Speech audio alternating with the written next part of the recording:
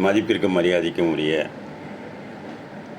திருக்குறள் குழந்தைகளை பெற்றெடுத்த பெற்றோர்களுக்கும் தாய் தந்தையர் இருவருக்குமே அவரை ஊக்கப்படுத்தி கொண்டிருக்கிற குடும்பத்தாருக்கும் தாத்தா பாட்டி அண்ணன் தம்பி எல்லாருக்குமே இந்த காலை வேளையில் வணக்கத்தையும் வாழ்த்துக்களையும் சொல்லிக்கொள்வதில் மிக பெருமை அடைகிறேன். இன்று 30/5/2024 காலை 6:20 இந்த மாதாந்திர பெற்றோர்கள் சந்திப்பு கூட்டத்திலே உங்களை எல்லாரையும் வருக வருக என வரவேற்பதிலும் இந்த பிள்ளைகள் எல்லாம் சாதனை செல்வங்களாக வந்து கொண்டிருக்கிறார்கள், வரப்போகிறார்கள், இன்னும் சாதனைகளை நிறைய படைக்கப் போகிறார்கள். அந்த வகையில் அந்த பிள்ளைகளையும் வருக வருக என வரவேற்பதிலே பெருமகிழ்ச்சி அடைகிறேன். இந்த மாதாந்திர கூட்டத்தில் பெற்றோர்கள் சந்திப்பு என்னன்னு கேட்டிங்கன்னா, அவனுடைய வளர்ச்சி என்ன, அவனுடைய குரோத் அப்படின்னு சொல்லுவாங்கள்ல, ஒரு செடி எந்த அளவுக்கு வளர்ந்துருக்கிறது, ஒரு பிஸ்னஸாக இருந்தால் அது எந்த அளவுக்கு வளர்ந்துருக்கிறது, ஒரு கல்வியாக இருந்துச்சுன்னா எந்த அளவுக்கு அவனுடைய வளர்ச்சி இருக்கிறது என்பதை மீள்பார்வை செய்வதற்காக தான் இந்த கூட்டம். இந்த கூட்டத்தில் வந்திருக்கிற உங்கள் அனைவரையும் வருக வருக என வரவேற்று, முதலாவதாக இந்த கூட்டத்துக்கு வந்திருக்கிற பெற்றோர்கள் அதிலே வரிசையாக நான் அழைக்கிறேன். முதலாவதாக நம்முடைய ஆகாஷோடைய அம்மா ஜெகதாம்பாலும், இரண்டாவதாக கார்த்திகேயன் என்னுடைய அப்பா மதிப்பிற்குரிய இனிய நண்பர் நடராஜனும், மூன்றாவதாக பூமிநாதனுடைய அம்மா நிர்மலா அவர்களும், நான்காவதாக சர்வேஷுடைய அம்மா ரதி மீனா அவர்களும் இப்போது என் கண்ணுக்கு புலப்படுகிறார்கள். ஐந்தாவதாக யமுனாவுடைய அம்மா வந்திருக்காங்க. இந்த 5 பேரையும் பேசி பிறகு அடுத்த 5 பேர் பேசி அப்புறம் நாம் அதுக்கு நாம் பண்ணலாம். அடுத்ததாக தயார் நிலையில் இருக்குங்க. நான் சொன்ன வரிசையில் தயார் நிலையில் இருங்க. இப்பொழுது ஆகாஷ் அம்மா ஜெகதா அவர்களை பேச அழைக்கிறேன். வாருங்கள் அம்மா.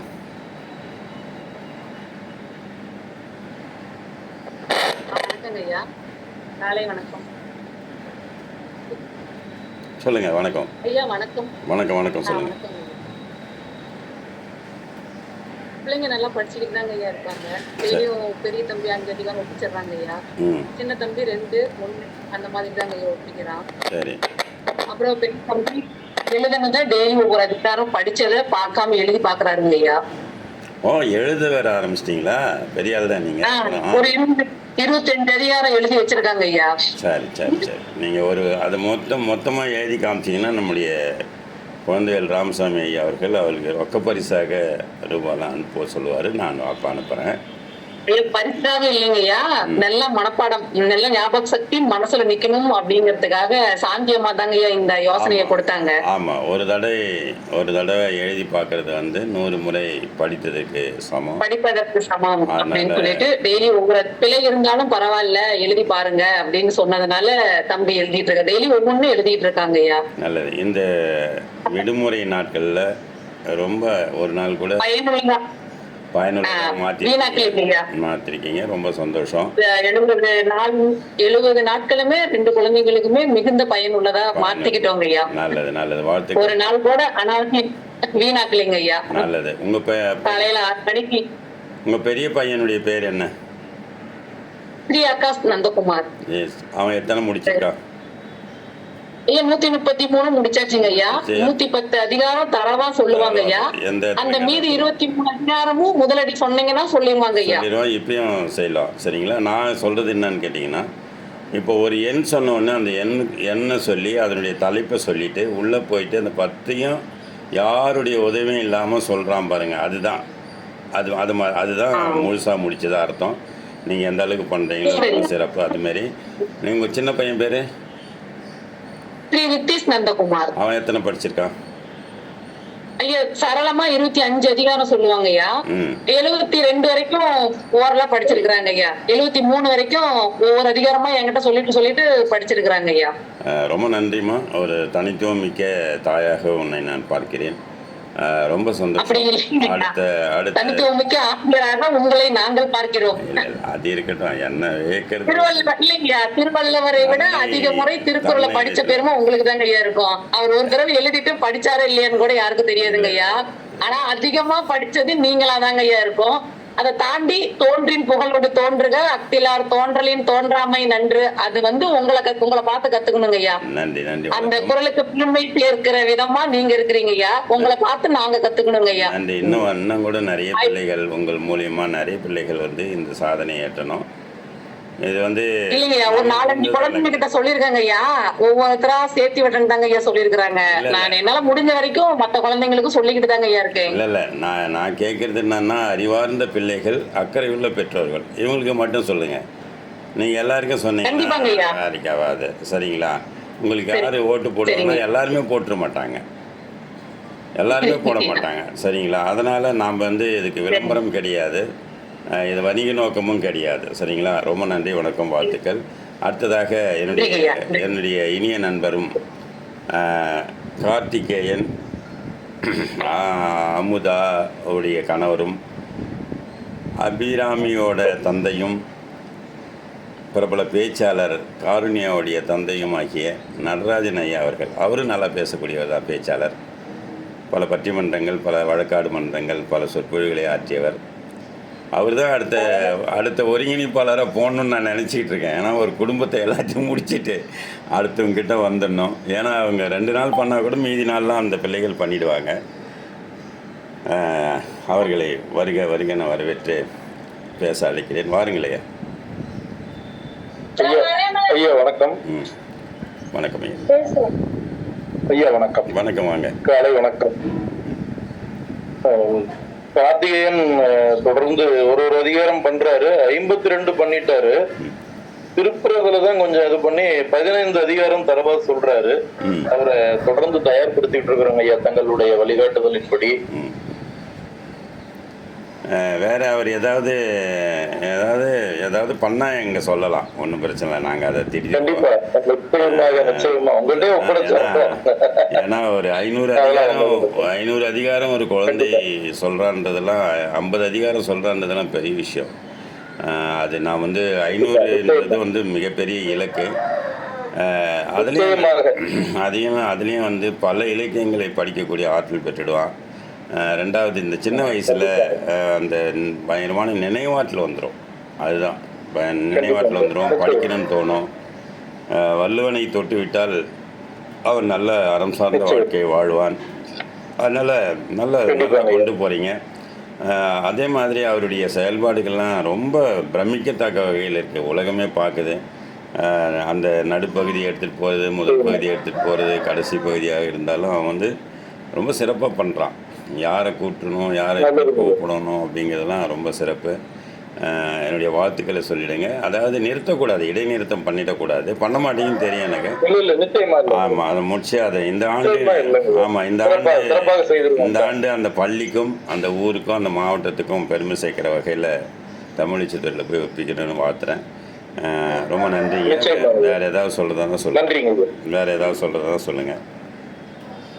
வேற இல்லைங்க ஐயா. திருக்குறள்ல ஒரு தளவுக்கு 52 அதிகாரம் இந்த விடுமுறையை பயனுள்ளதாக கழிச்சாரு.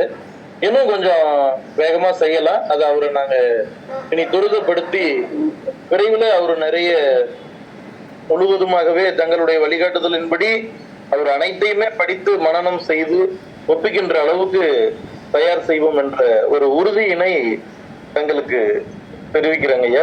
சரி, வழிகாட்டுதல் மிக நன்றி. அவருடைய நேரத்தை வேற விதமாக செலவு பண்ணுறாரா? ஏதாவது செல்லு பார்க்கறதில்ல, டிவி பார்க்கறதில்ல, வீணாக செலவு பண்ணுற நேரம் எதுவும் வந்தேன்னா சொல்லுங்கள். நாங்கள் உடனே அதை சரி பண்ணுறோம். நிச்சயமா சொல்றேன். நானும் சொல்லிட்டு இருக்கிறேன், அறிவுரை வழங்கிட்டு இருக்கிறேன். உங்கள்கிட்டயும் நான் சொல்றேங்க ஐயா. அதே மாதிரி பெற்றோர்கள் மதிக்கவில்லை என்று சொன்னால் அந்த குழந்தை நாங்கள் எங்கள் வகுப்பில் என்ன பண்ணுவோன்றது அவங்களுக்கு தெரியும். பெற்றோர்கள் சொல்லியிருக்கிறாருங்க. அவர் அந்த மாதிரி எல்லாம் செய்ய மாட்டாரு. நிச்சயமா சொல்றதை கேட்பாருங்க. எனக்கு கொஞ்சம் அந்த அந்த இளைய வயதுக்குரிய அந்த கேளிக்கைகள் நீங்க சொன்ன மாதிரி அந்த தொலைக்காட்சி, அலைபேசி இதெல்லாம் கொஞ்சம் குறைச்சு நாங்களும் முயற்சி பண்ணி அவருடைய வழிகாட்டுதலின்படி கொண்டு வந்துருங்க. நேர மேலாண்மை முக்கியம். ஒரு சரியான நேரத்தை பண்றது, சரியான நேரத்தில் தூங்குறது, சரியான நேரத்தில் விளையாடுறது, சரியான நேரத்தில் படிக்கிறது.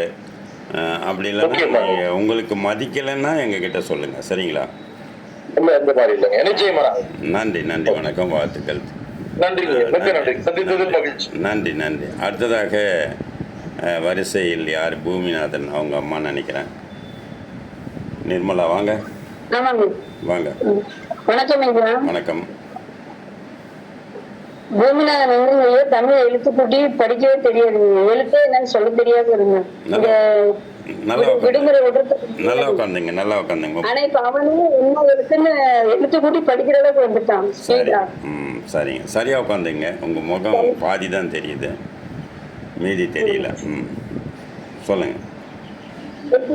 மெட்ரிக்ங்கிறதுனாலங்க ஐயா இங்கிலீஷ் எழுது, ஆனா தமிழ் தெரியவே இல்லைங்க ஐயா அவனுக்கு. என்ன எழுதுன்னு சொல்றது ரொம்ப தடுமாறும். சரிங்க சரி. ஆனா இப்ப வந்து எல்லாமே படிக்கிற அளவுக்கு வந்துட்டான்.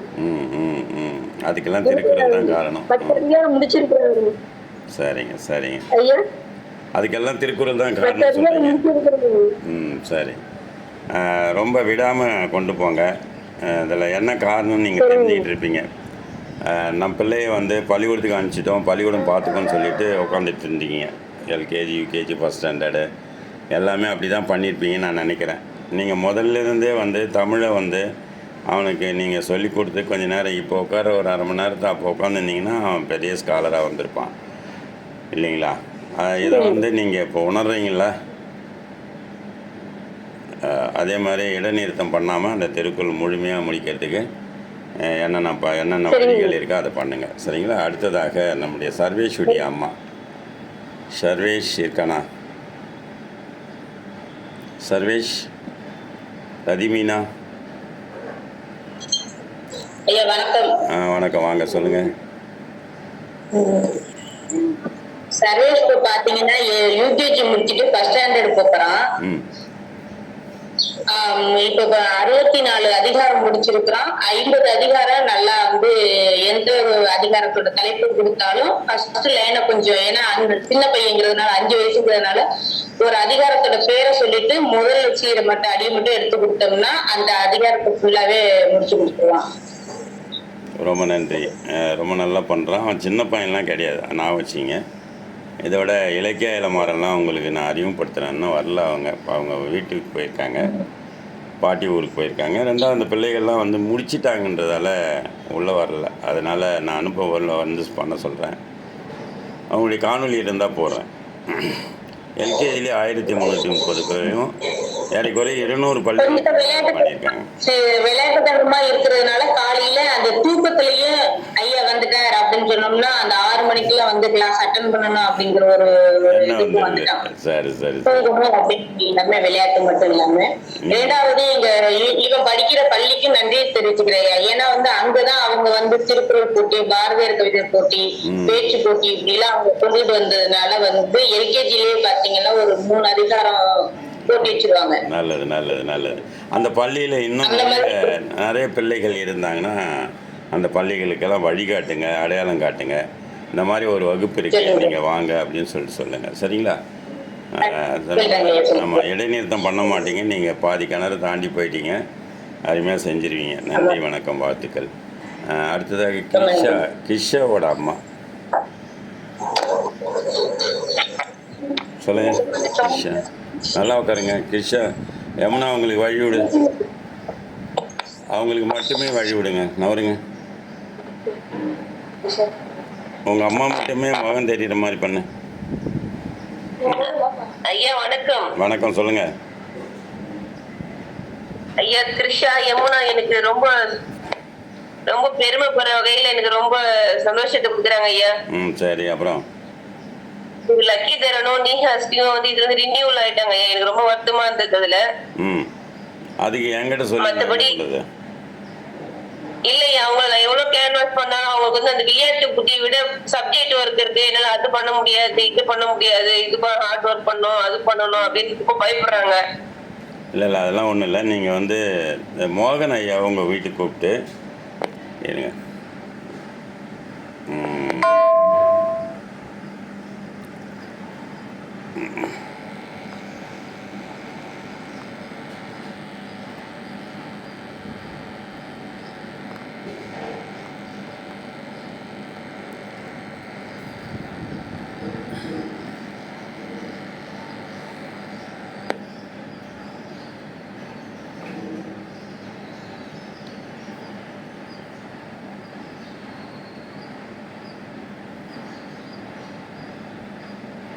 இப்போ பேசுங்க. மோகன் ஐயாவை உங்கள் வீட்டுக்கு கூப்பிடுங்க. கண்டிப்பா ஐயா. கூப்பிட்டு அவரை பெற்றெடுத்த தகப்பனார் ஒருத்தர் இருப்பார்ல, சம்பாரிச்சு ஏடிஎம்மில் போடுறாங்க அவங்களுக்கு, அவரையும் உட்கார வச்சு சரிங்களா, ஒரு அவங்க இஷ்டத்துக்கு நீங்கள் வளர்த்தீங்கன்னா அப்படி தான் போகும். ஒரு மாட்டை கேட்டு நீங்கள் வந்து இந்த கொட்டாயில் படுத்துக்கன்னா படுத்துக்காது. இல்லை இந்த கூரை சரியில்லை, இந்த நகைதடி நான் வளர்த்துக்கிறேன் அப்படின்லாம் சொல்லும். புரியுதுங்களா? இந்த வயசில் நீங்கள் பிடிக்கலாம், நல்லா பிடிச்சி நல்லா அவனுக்கு என்ன சாப்பாடு கொடுக்கணுன்றது உங்களுக்கு தெரியும். புரியலன்னா நான் வரேன் ஒரு நாளைக்கு. நான் வந்தேன்னா 2 லிட்டர் பெட்ரோல் போட்டேன்னா ஓடும் வண்டி. புரியுதுங்களா? அடியாத மாடு படியாது. அதனால் அவங்கள உட்கார வைங்க. உட்கார வச்சுட்டு அவங்களுக்கு படிக்க சொல்லுங்கள். ஏன் இவங்களால முடியுது, மற்றவங்களால முடியாதா? அதோட வந்து என்ன காரணம் சொல்றாங்கன்னா, எனக்கு லீவ்லயும் ஹோம்ஒர்க் கொடுத்துருக்காங்க, எனக்கு ஹோம்ஒர்க் பண்ற வேலை இருக்கு, நியமா டார்ச்சர், அதாவது அவங்க பேசவே நம்மள விட மாட்டாங்க. இல்லை நீங்கள் அவங்க ஆசிரியர் யார் ஹோம்ஒர்க் கொடுத்தாங்களோ அந்த ஆசிரியர் போய் பாருங்கள். அவங்க எத்தனை ஹோம்ஒர்க் பண்ணியிருக்காங்க, எவ்வளோ பண்ணியிருக்காங்கன்னு பாருங்கள். அவங்க படிக்கிறது அரசு பள்ளியா இல்லது அரசு பள்ளி தான் ஐயா. அரசு பள்ளியில் அவ்வளோ பெரிய ஆளுங்களாம் இருக்கிறாங்களா ஹோம்ஒர்க்கு இதுல கொடுக்கறதுக்கு? அதாவது 10th போறாங்க ஐயா. அதனால சப்ஜெக்ட் தமிழ் சப்ஜெக்ட் ஃபுல்லா வந்து கிளாஸ் ஒர்க் எழுத சொல்லியிருக்காங்க, எனக்கு புக்ஸ் முடிக்கணும் அப்படின்ற மாதிரி சொல்றாங்க. இதை முதல்ல கொஞ்ச நேரம் ஃப்ரீ டைம் விடுங்க.